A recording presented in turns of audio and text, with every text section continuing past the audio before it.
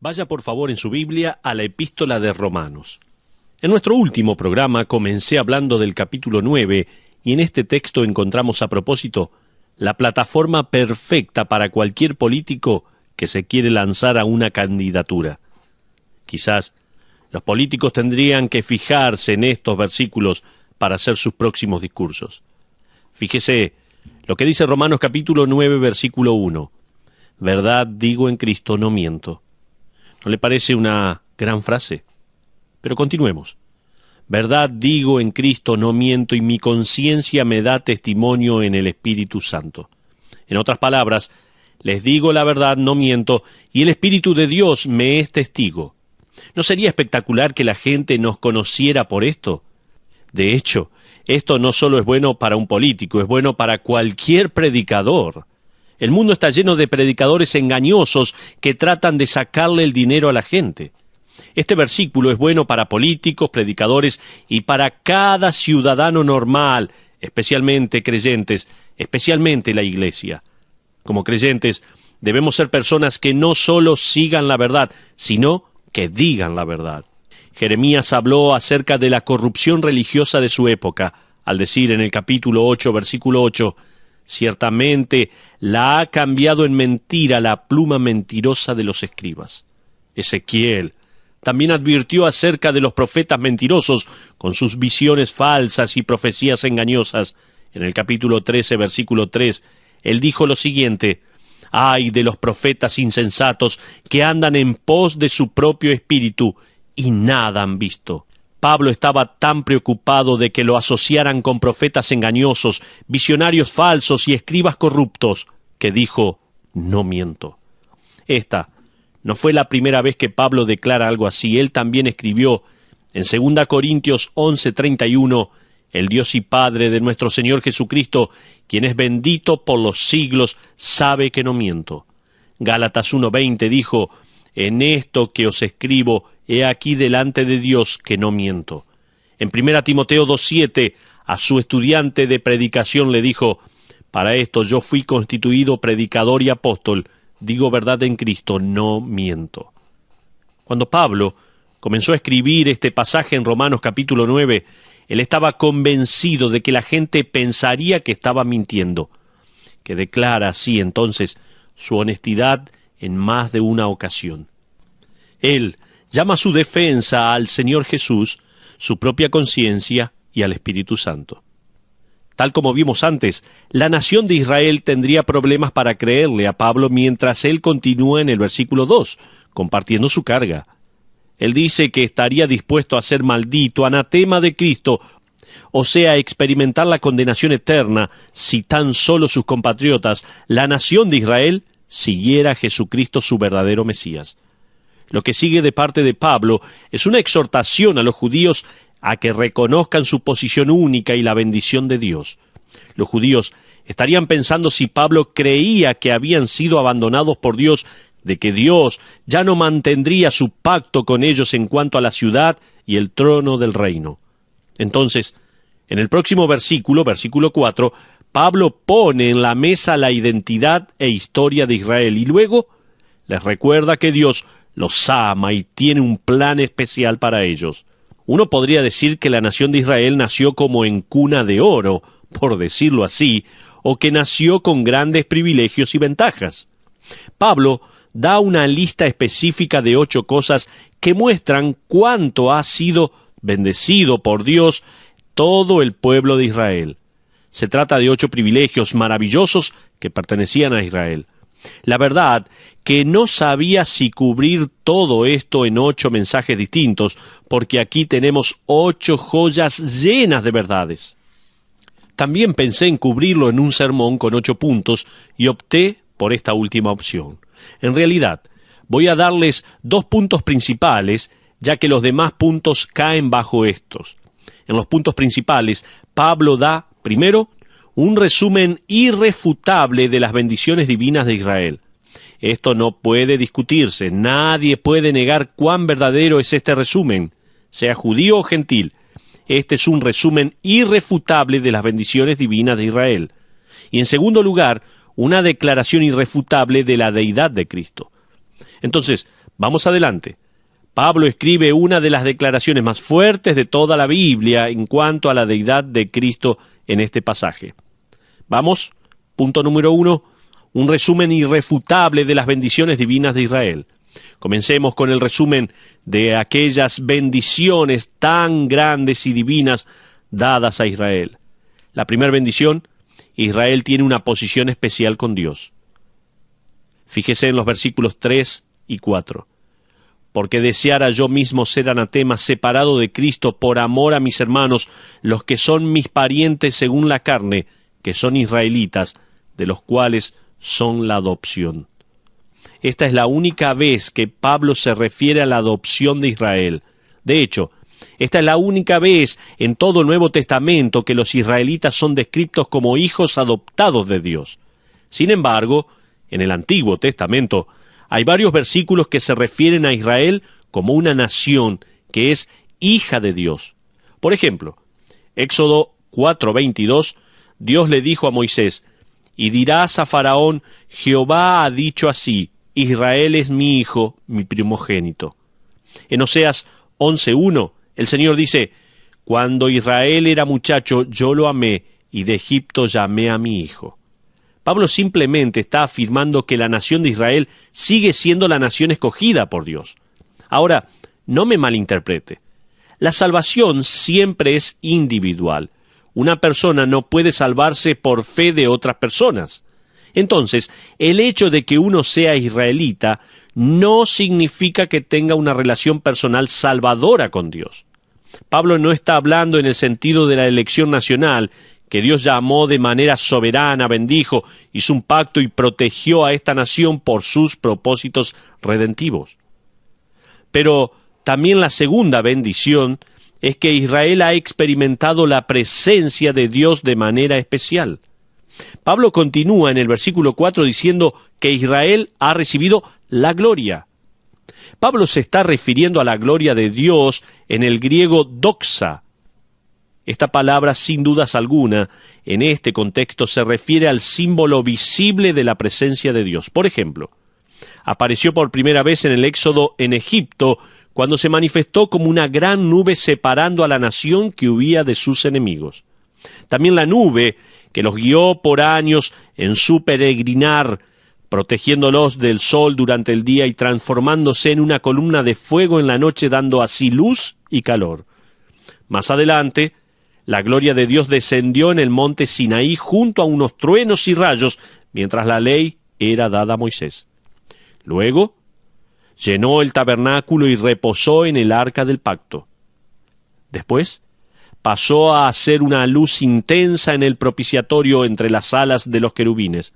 Y finalmente, se marchó y se fue al cielo como respuesta al aumento del pecado en el pueblo. Pablo dice, ustedes como nación tuvieron esta increíble bendición de la presencia irrefutable de Dios. ¡Qué bendición! ¿Se imagina? ¿Se imagina tener a una nube que represente la presencia de Dios mientras camina?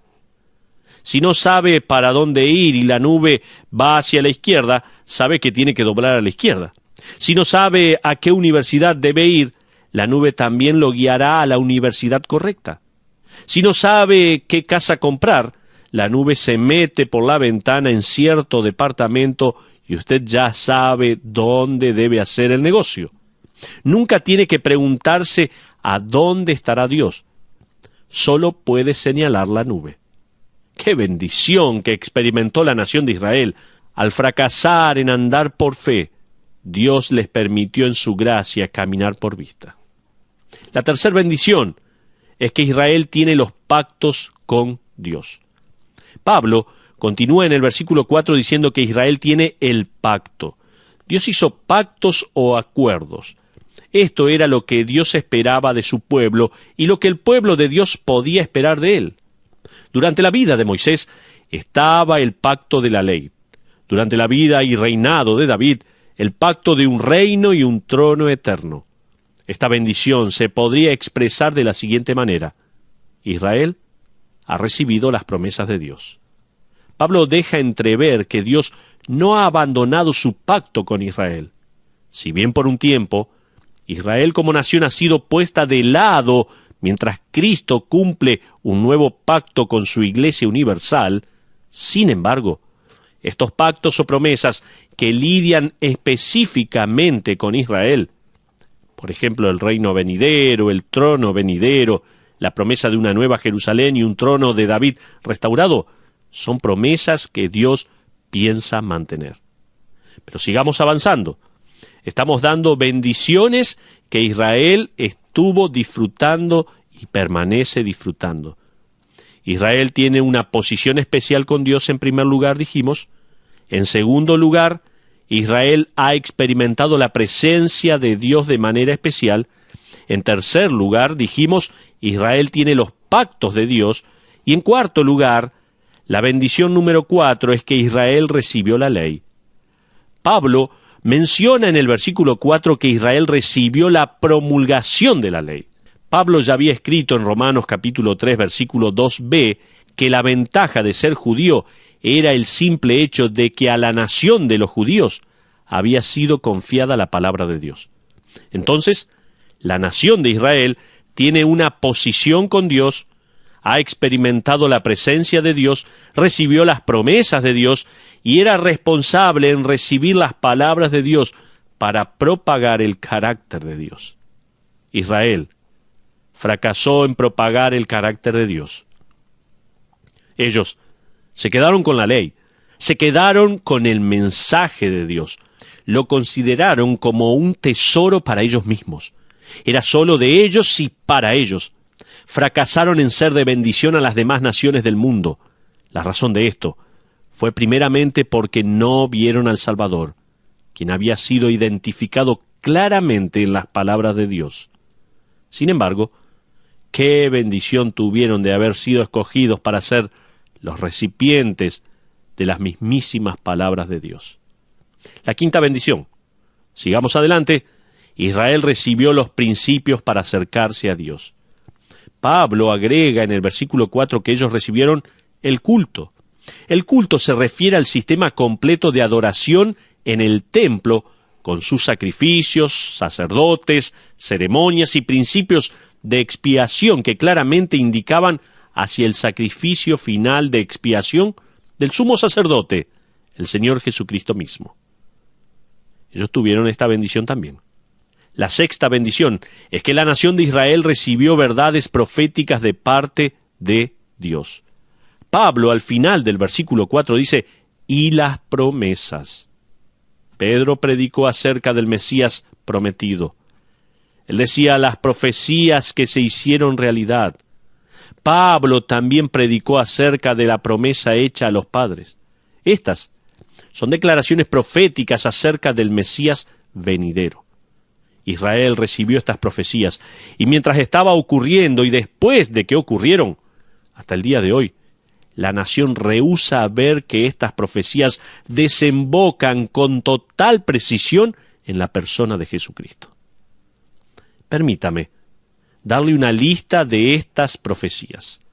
Él nacería en Belén, según Miqueas 5:2. Él sufriría, según Génesis 3:15 e Isaías 53. Sus manos y sus pies serían agujereados, Salmos 22:16. Resucitaría, Salmos 16:10. Él, el Salvador, sería judío, Génesis 12:1-3. Él, el Salvador, vendría de la tribu de Judá, Génesis 49:10. Él, el Mesías, sería descendiente directo de la familia de David, 2 Samuel 7:1-17. Él, el Mesías, nacería de una virgen, Isaías 7:14. Y también, al ser crucificado, sus ejecutores echarían suertes sobre sus vestidos, Salmos 22:18. ¿Cuántas profecías apuntaban a Jesucristo? Hay hombres y mujeres judíos que se han convertido. Los llamamos judíos mesiánicos o judíos completos. Imagínese la doble bendición de estos. Tenemos unos cuantos en nuestra iglesia que han creído en Cristo como su Mesías. Algunos de ellos se salvaron luego de asistir a la iglesia. Recuerdo a un caballero que vino a nuestra clase para miembros nuevos solo para saber qué creíamos. Y durante el transcurso de la clase creyó en Cristo como su Mesías y su Salvador. La séptima bendición. Israel desciende de patriarcas piadosos. Pablo escribe de otra bendición que Israel experimentó en el versículo 5 de Romanos capítulo 9, donde leemos: ¿de quiénes son los patriarcas? Dicho de otra manera, él está allí aplicando esto. Ustedes tienen la bendición de sus ancestros, hombres de fe, hombres de Dios, tal como Abraham, Moisés y David. Eso está diciendo allí. ¿Alguna vez conoció a alguien que tuviera algún ancestro que luchó en la Segunda Guerra Mundial? En nuestro caso, hay rumores que dicen que durante la Guerra Civil estadounidense, el batallón del general Sherman acampó en el mismo lugar en el que está el edificio de nuestra iglesia. Algunos de ustedes puede que tengan algún ancestro muy piadoso o que sea de un linaje de misioneros y grandes siervos de Dios.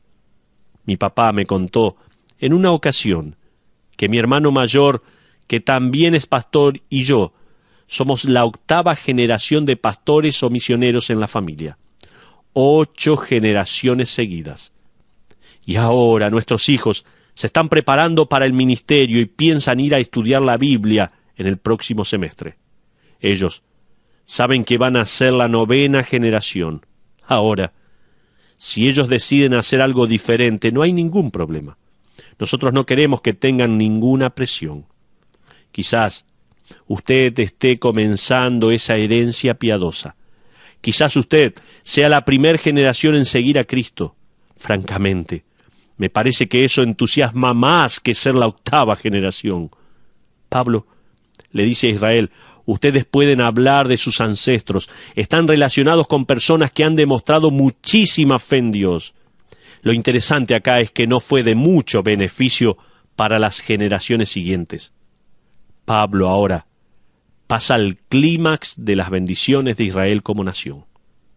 La 8ª bendición es que la nación de Israel fue la que trajo al Mesías, el Hijo de Dios. Fíjese en el versículo 5, y de los cuales, según la carne, vino Cristo. En otras palabras, el mismo Mesías vino del linaje de Israel.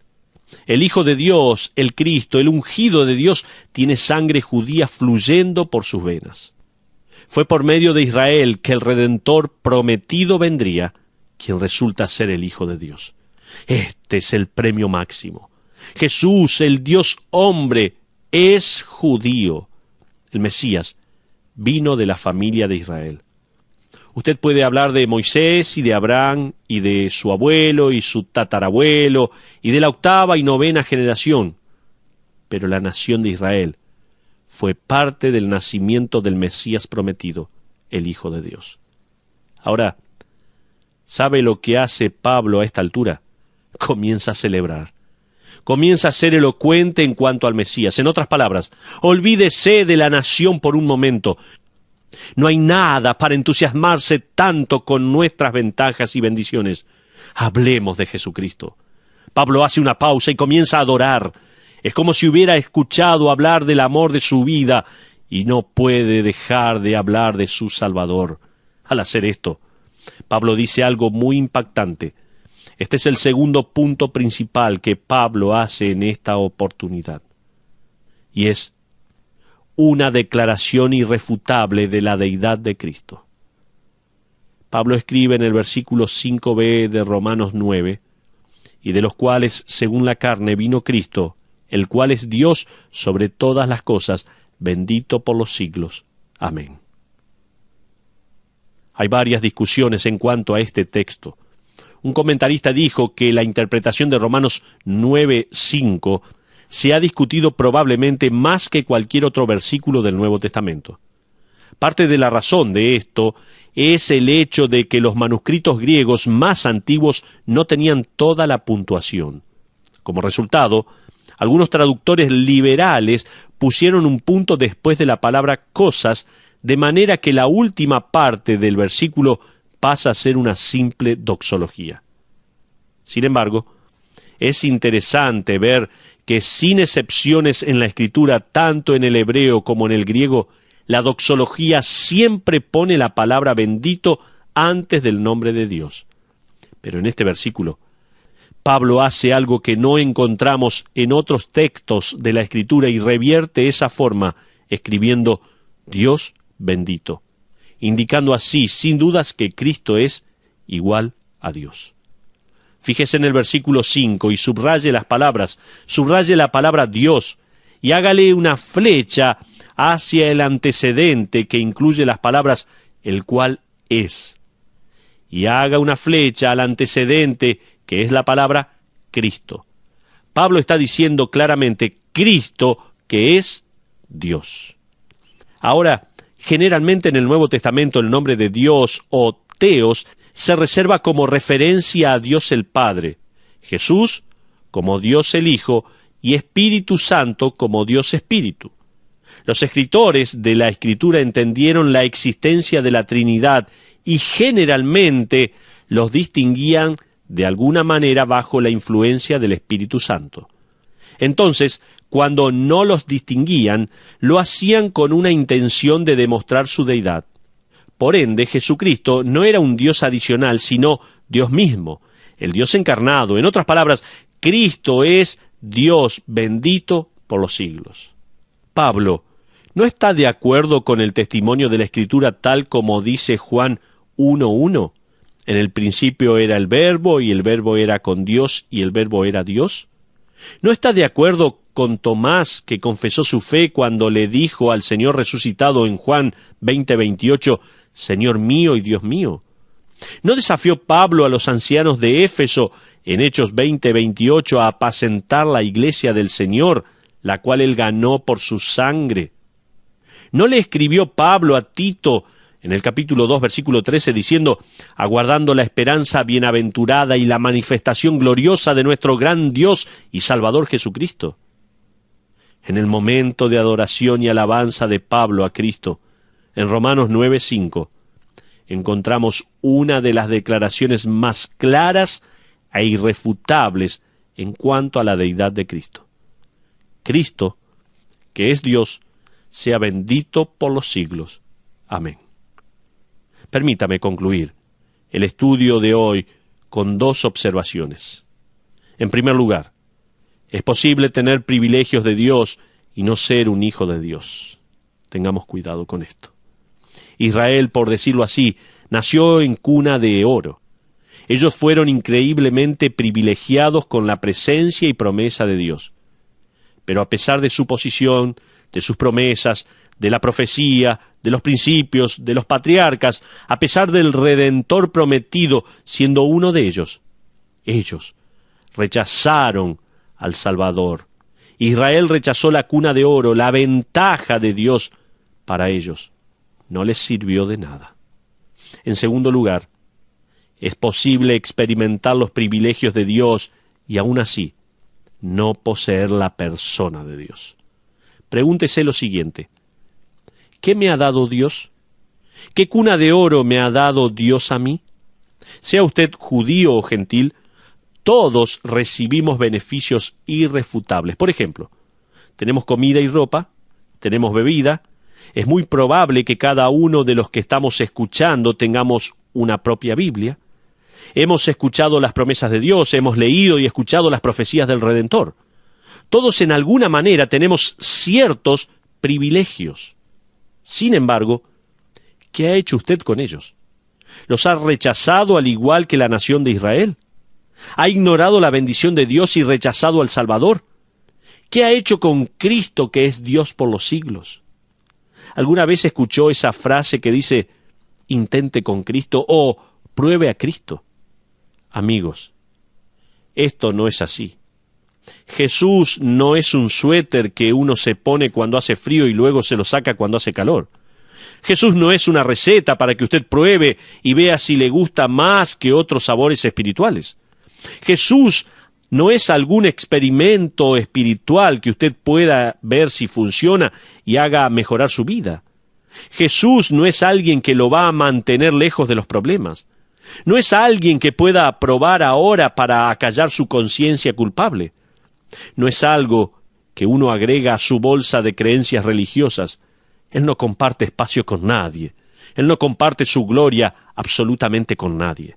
No es Jesús y algún otro Dios.